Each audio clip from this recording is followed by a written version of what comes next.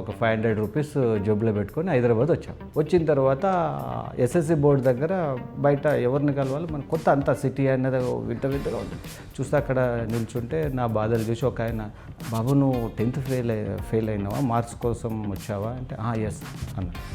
నాకు లోపల తెలిసిన వాళ్ళు ఉన్నారు, నేను నిన్ను పాజ్ చేపిస్తా అంటే, సరే ఎంత ఉన్నాయి నీ దగ్గర డబ్బులు? 500 ఉన్నాయండి. అరే బిగ్ అమౌంట్ అది 500 అంటే.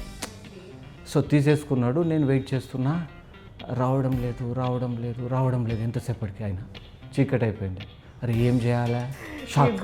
అసలు అంటే నేను మోసపోయానని అప్పుడు అర్థమైంది. ఓ సిటీలో మోసపోయేదానికి అవకాశాలు ఎక్కువ ఉన్నాయని. అప్పుడు అదే టైంలో అక్కడ వేరే ఒక సివిల్ కాంట్రాక్టర్ పరిచయం అయ్యాడు. ఆయన ఏమన్నాడంటే,